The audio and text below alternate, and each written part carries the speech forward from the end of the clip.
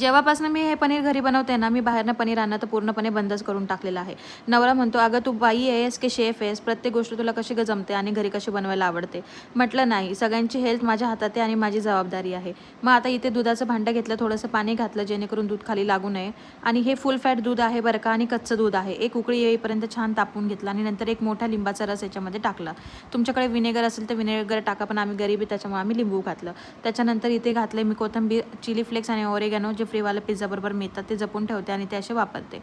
आणि हे छान मिक्स करून घ्यायचं जोपर्यंत पाणी आणि पनीर वेगळं होत नाही तोपर्यंत. इथे रुमाल घेतला नवऱ्याचा स्वच्छ धुतलेला, त्याच्यात टाकलं हे पनीरचं जे आपण बनवून ठेवलेलं आहे ते आणि त्यानंतर याला बांधून ठेवलं 15 मिनिटासाठी. फक्त 15 मिनिटं ठेवायचं, जड ओझं ठेवायचं वरती आणि मग 15 मिनिटात तुमचं पनीर तयार. जास्त वेळ ठेवाल, एक रात्रभर, अर्धा तास, 1 तास, तर हे रबरागत होईल आणि अजिबात चांगलं लागणार नाही.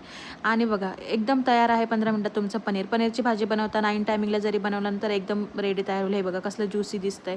आता सबस्क्राईब करा. चला भेटूया लवकर. बाय.